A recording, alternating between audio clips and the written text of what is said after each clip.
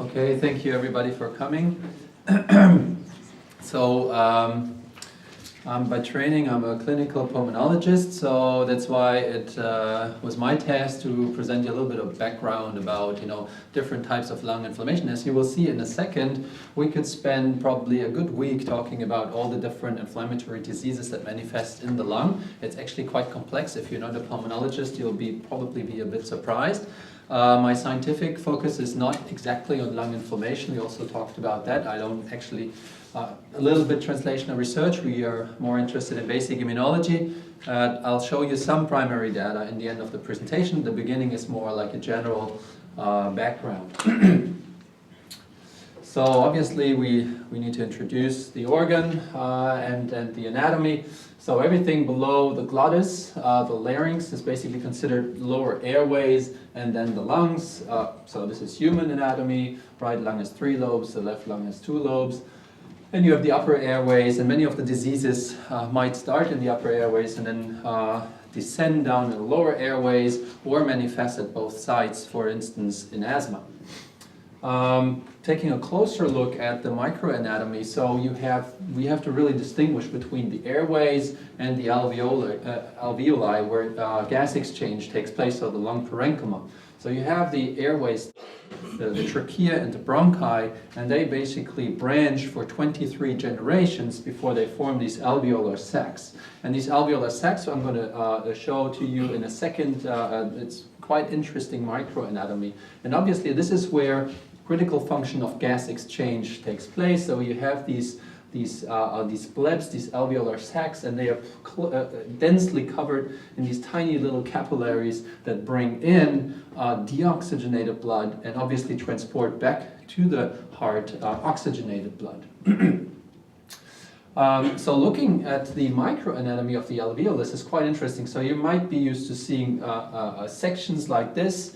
And basically what you are seeing is a cross-section through this capillary network. So these are all these little capillaries that cover the alveoli. And if you're looking a bit closer, and this is taken from a very famous review, you will see, so this is a capillary, and this is a capillary endothelial cell with a big nucleus, but the cytoplasm is really as thin as it gets, really stretched out to cover the capillary. And on the other side of the basal membrane, you have directly sitting the alveolar epithelial cell, which again is very is strongly stretched out in order to provide a barrier that is as thin as possible to allow for the oxygen and the carbon dioxide to be exchanged via diffusion. So the bigger this distance gets, obviously diffusion gets harder, and that's when patients come to us and say, I have difficulties breathing because there might be something manifesting in this usually very tiny interstitial space. If this widens, gas exchange is hindered and you might feel shortness of breath.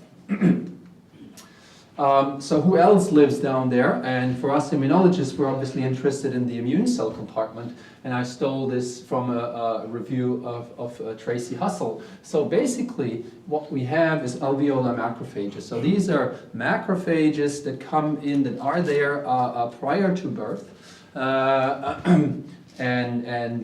They are sitting in the alveoli that were thought to be surveying the alveolar space. Turns out they're actually quite sessile, sitting there and probably watching out for pathogenic invaders and keeping a high level of homeostasis in place. For instance, they're taking up surfactant protein, which is being produced by specialized epithelial cells to keep the alveoli open, but these proteins need to be turned over, and this is also a very important function of alveolar macrophages. And there's actually disease where you have a deficiency in those, and then your alveoli fill up with protein and you can't breathe. Very few lymphocytes live in the lung in steady state. Some of them are found in these interstitial spaces, but as I told you, the interstitial space is really very small, and it cannot harbor a high amount of cells. This can change during chronic inflammations, and many interstitial lung diseases are characterized by an increase in lymphocytes in the interstitial and also in the alveolar space. So why is this so important? Obviously, the lung has the unique position as being exposed to the outer world. We are inhaling all sorts of antigens, microbes, spores, fungi every day with every breath. On the other hand, and those need to be taken care of because, as I told you, this barrier is very tiny, it's very fragile, so it would be an ideal site of entry for pathogens. And in fact, most infections, at least in the Western world, come in through the respiratory tract. On the other hand, overshooting inflammation will, of course, lead to a thickening of this diffusion barrier. It might lead to edema within the alveolus, and that obviously then goes to the cost of the physiological function of the of the lung, which of course must be maintained even during an infection. So, as you might understand, inflammation, especially in the lung, must be very tightly regulated. It must be there. We need silent clearance of invading microbes, while at the same time keeping homeostasis and the microarchitecture in place, such that the gas exchange can still take place. Otherwise, the organism dies, and it doesn't matter how well we're clearing the microbes here. So I'm supposed to talk about chronic inflammation in the lungs, so I have to introduce to you those diseases that we know of, the chronic inflammatory diseases in the lung that we know of, and as I already alluded to, this is a quite long list. So we have to separate between chronic inflammatory diseases of the airways, most famously probably asthma. And I'm going to spend a few minutes talking about asthma as an example for a chronic inflammatory disease. We're seeing a lot of patients, we're treating them, we're starting to understand the immunology behind it, and starting to learn how to target individual molecules within this disease. Obviously, COPD, one of the most common forms of causes of death in the world, obviously caused by cigarette smoking and also inhalation of other toxic agents. Cystic fibrosis, a rather rare disease, however, most people know about it, and then a number of other diseases, and this list is even longer, that cause chronic inflammation of the airways and might lead to constriction of bronchioli and then a hindered ventilation, meaning the air cannot freely pass in and out of the lung, but nothing is primarily wrong with the diffusion of gas. So that would be the difference between airway diseases and lung parenchymal diseases. So I'm showing you diseases of the lung parenchyma, and these are mainly also considered as interstitial lung diseases. And this is a huge list, huge family of diseases. Most of them are quite rare, and it's very confusing also as a doctor to see through all these different diseases, and for most of them we don't even know. We have no idea about the pathophysiology or the cause of those diseases, and unfortunately for many of them we also don't have very good treatment options. So interstitial lung diseases can be grouped into ILDs of known causes. So this might be occupational, so silicosis, so mine workers used to get silicosis. This is much more rare in Germany than it was 50 years ago. Asbestosis, we're still on the way to seeing the peak of asbestosis because it has such a long time till the disease actually manifests. Drug-induced may be important to us. Immunologists also interested in tumor immunology. We are using PD-1 blockers to treat lung cancer. And it's obviously used to treat skin cancer and many other cancers, but in a certain percentage of patients we can see an inflammatory disease causing pneumonitis in the lung, which can be life-threatening and is very dangerous, and the patients must be monitored for that. Radiation, a tumor radiation can cause pneumonitis.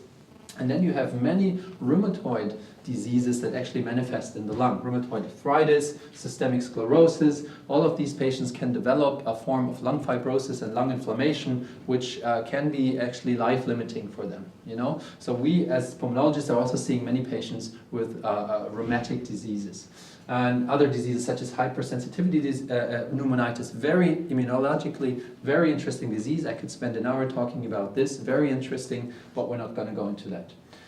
Then you have the big group of diseases called idiopathic interstitial pneumonias, and most famously idiopathic pulmonary fibrosis. This is a very a severe malignant disease. So not malignant in a cancerous sense, but in the sense that it manifests in older adults, usually above the age of 60, and it causes a rapid tissue remodeling. And you're seeing this here in this X-ray.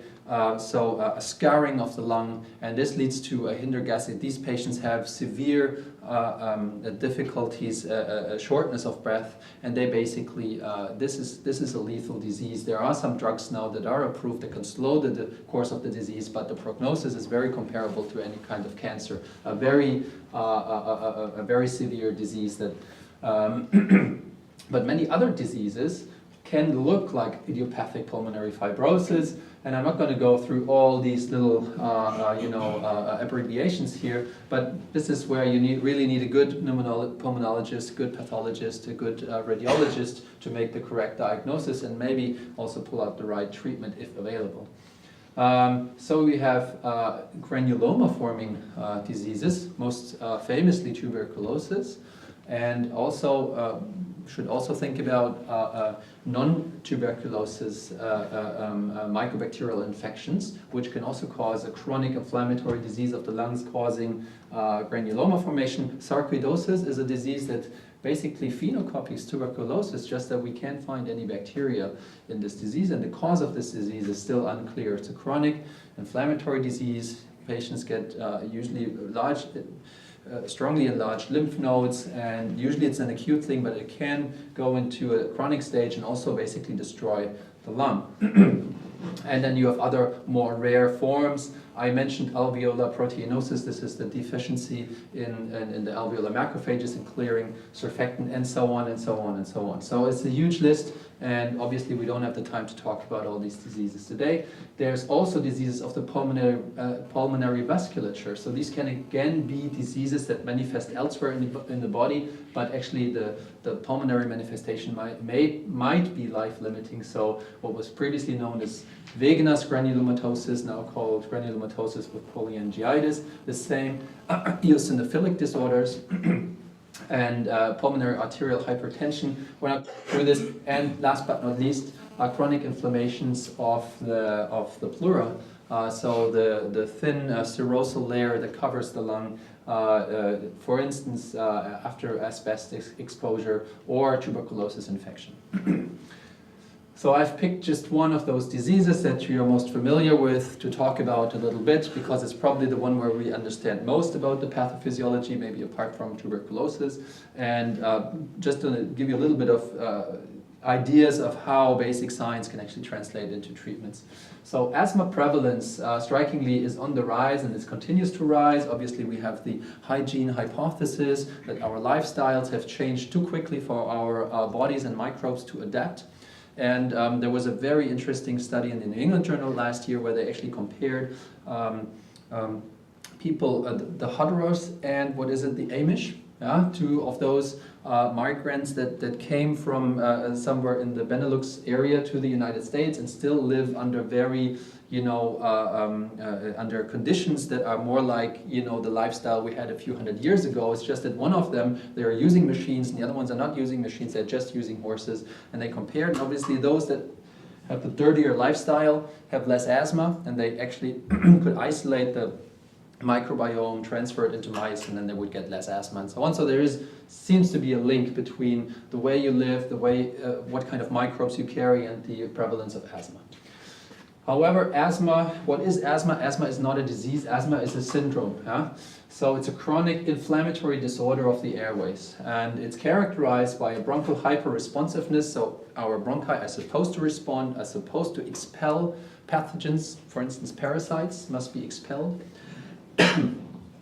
And that can lead to variable airflow inflammation. And now, however, this regulation has gone awry in the asthmatic patients, and they have a hyper-responsiveness. And that is all there is to characterize an asthmatic patient. It doesn't tell you anything about the pathophysiology.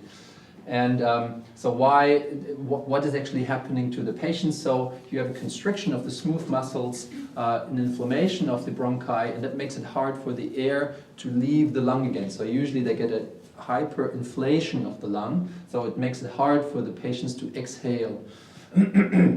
Again, nothing wrong with gas exchange in the interstitium or nothing wrong with the alveoli. So this would be a healthy airway and a constricted airway. And we can measure that in the lung function tests. And you can see basically here that the flow, the expiratory flow goes down in an asthmatic patient, and on another day can be just fine. And this variation in airflow is basically typical for an asthmatic patient.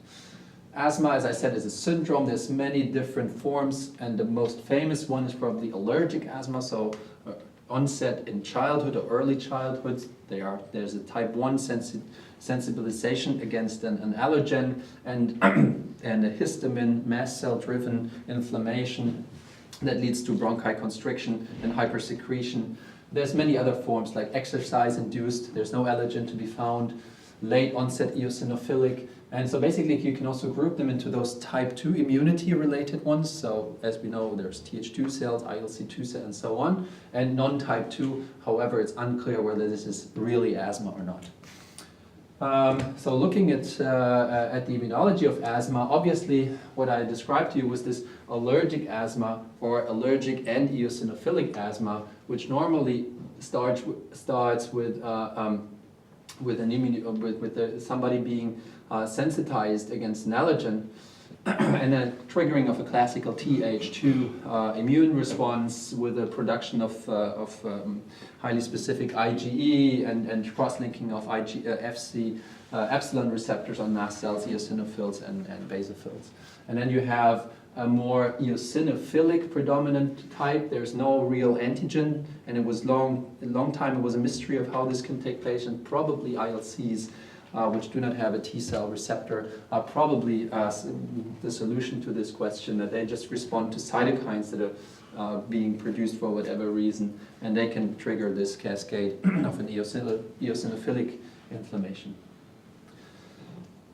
Treatment of asthma is quite simple. But you can sum it up basically in the most 90% of the cases, or even more, it's an empiric treatment. We give them inhaled steroids and maybe some bronchodilatating substances, and that's it. We don't even, it doesn't matter what is the pathophysiology behind it. We can try to do immunotherapy against the allergens, but other than that, but only at stage 5, so severe asthma, are we starting to actually start with this phenotype targeted adapted therapy. So we have an anti-IgE monoclonal antibody. So I told you, on the left side it was IgE driven. So we can administer omalizumab, and there is a ton of studies showing the efficacy of omalizumab has been around for a long time, and it works quite well in a selected set of patients. Sorry. So patients with severe asthma that actually have sensitization against anti-allergens that we can identify. It works well. I'm going to skip those data. Now, what is the other key molecule here? It seems to be interleukin-5. And the early attempts to neutralize interleukin-5 and eosinophils failed because they lumped together the allergic and those non-allergic patients. And now if we're better at identifying those patients that actually have eosinophilic non-allergic asthma, we can target IL-5. IL-5 is critically important because it's a survival factor and activation factor for eosinophils, where actually the eosinophils, as you might know, were discovered by Paul Ehrlich here in Berlin. And so you can give mepolizumab subcutaneously or intravenously. We are giving it subcutaneously, and you can strongly reduce the number of acute exacerbations in asthma patients. And we're doing that frequently. If you really identify the right patients, they will profit from this treatment. It has hardly any side effects at all, as compared to steroids, which were the benchmark treatment option available to them before, which has a lot of side effects and wouldn't even be approved if it was a new drug today.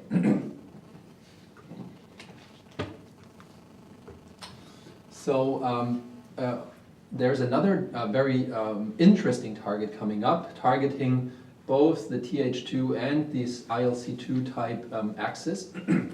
And this is an antibody directed against the IL-4 receptor alpha chain called dupilumab.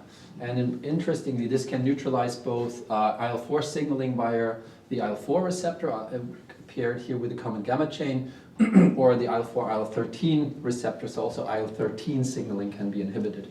And this antibody has really shown a tremendous efficacy in atopic dermatitis. And atopic dermatitis is hard to treat. And this, look at the effects here. We're not even going to have to go through what this is symptom scores and so on. And giving dupilumab to patients with severe atopic dermatitis is highly efficient. And also the data available now from a phase 2 trial in asthmatic patients, it can lower the rate of exacerbations by 80%. That is unheard of. So this is a very, very promising drug that we're waiting to be approved sometime early next year.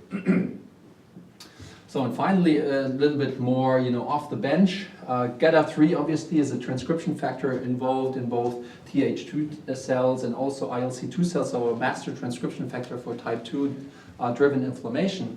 And the group in Marburg took a very interesting approach, I think. So they constructed a DNA enzyme. So a DNA enzyme is a piece of DNA which contains a catalytic domain and has and can bind specifically, sequence specific, to an mRNA target. And they designed it against the GATA3 mRNA, and they delivered it in an inhalable fashion to patients with allergic asthma. So these patients stopped their inhaled corticosteroids for 2 weeks, and they received the DNA enzyme inhaled, and then they were challenged intrabronchially with the allergen. And normally you see a steep drop in expiratory airflow, which is typical because you have constriction of the bronchi. And those patients that had actually received the treatment, as you can see here, so this was before initiation of the study and after, compared to placebo, have a considerably lower drop in airflow. So this is something you can measure. It's not like, are you doing better or whatever, placebo effect. This is just, challenging and measuring airflow. This is very hard to manipulate here, okay? Plus it was a placebo and a blind controlled trial. So very interesting, but still, very far from the clinic. But this might be, where we might actually be interfering with some of the master transcription factors. So if I have a little bit of time left, I'm going to switch gears, show you some primary data. I think we started a few minutes late. From my lab, so we're not working on asthma. I'm sure we're working in infection, and this may be also introducing, the topic of Bastian. So again, as I told you, we have this yin and yang of inflammation and susceptibility to infection. So you have to keep inflammation at bay. At the same time, you really have to make sure the microbes are cleared. Otherwise, this is a perfect entry site for systemic infection, right? You have very close, a very short distance to the bloodstream. So one thing that we and others and many people have noted is obviously that patients with viral infections, viral pneumonia, very often suffer secondary infection with a bacterial pathogen. And the question has always been, why is that so? You already have the immune system fully alerted and fully activated. Why are you so vulnerable to a second hit, to a second infection? And many targets have been discussed, and we're discussing yet another target, okay? So as you can see, especially in influenza, so you're looking at those big pandemic outbreaks, a very high percentage of patients was found to have developed secondary bacterial pneumonia, and very often that was actually the cause of death. So in the Spanish flu, this is post-mortem analyses, they found pneumococcal DNA in the lungs or in the remains of those people in 95% of the cases. And the question has been, why do virus-infected patients, why are they vulnerable? And I have to introduce a cell type. So we think that it might be due to a regulatory cell type which has been called myeloid-derived suppressor cell. In the end, this is just myeloid cells of the granulocytic or monocytic lineage lumped together, but what they have in common is that they, instead of having pro-inflammatory properties, they can suppress T-cell responses, and they can suppress inflammation, and they seem to play a critical role in tumor immunology, so that they limit anti-tumor immunity, so they have been an interesting target in tumor immunology. And we previously found some years ago that they actually expand during sepsis, and that they can keep some of this overshooting inflammation during sepsis at bay, and basically mice that lacked those cells, they wouldn't make it through sepsis, where those transferred cells could make it through sepsis. So we thought, what about influenza? So influenza comes in and induces obviously an inflammation like I showed you, but this inflammation has to be limited, and myeloid cells with suppressive phenotypes that come in early could play a role in limiting this inflammation. This could be good to restore tissue homeostasis. On the other hand, this could actually provide exactly this vulnerability to bacterial infection. So cause a superinfection. I'm going to race through this a little bit so you can identify them by facts, no time for that. And they accumulate in the lungs of mice infected with influenza, and we can phenotype them. I have to go through this. They express arginase, IL-10, INOS. These are molecules that have been associated with MDSCs. I don't like the term. Anyway, I'm using it for brevity. Importantly, if you take those cells out of the lungs of influenza-infected mice and you put them together with T cells that you polyclonally activate, they strongly suppress T cell proliferation, so they are actually suppressive. Then we did the obvious experiment. We isolated those cells from mice that had been infected with influenza, and then we transferred those mice into the trachea of mice that were completely naive, so they had not been infected with influenza, and then we came in with strep pneumo strain to induce bacterial pneumonia. And we can trace those by congenic markers. We can find those cells in the lungs.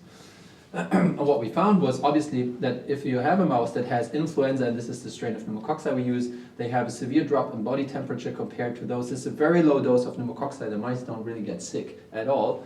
But if those naive mice receive MDSCs first and then the strep, they also get sick, and they have higher levels of bacteria in the lungs compared to those that didn't have any infection prior to that. They can completely clear the infection, so you can transfer vulnerability by transferring those myeloid cells.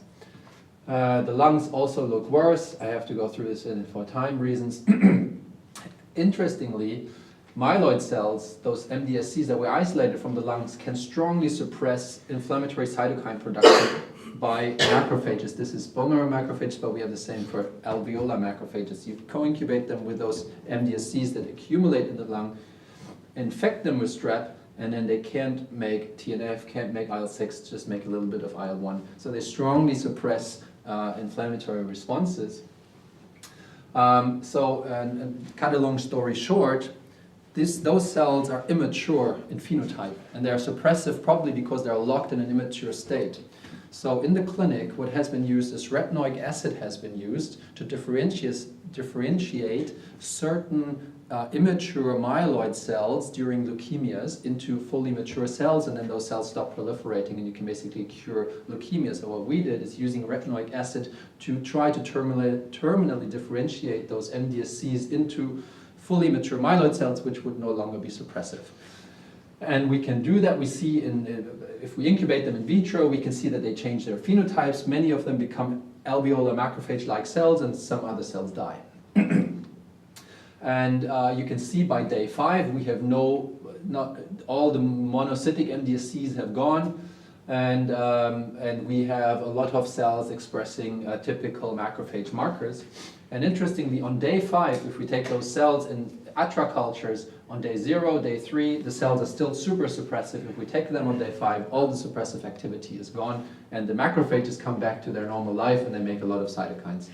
And so we did the final experiment, and then I'm finished. We treated the mice with ATRA, and we can see that this substantially lowers CFU counts in the lungs and in the systemic inflammation. So we think this could be a way, and we can also see that the cells, as is shown here, in the lungs, those MDSCs disappear from the lungs, and simultaneously the mice fare better. They have less bacteria. So we think this could be a way of interfering in this suppressed state.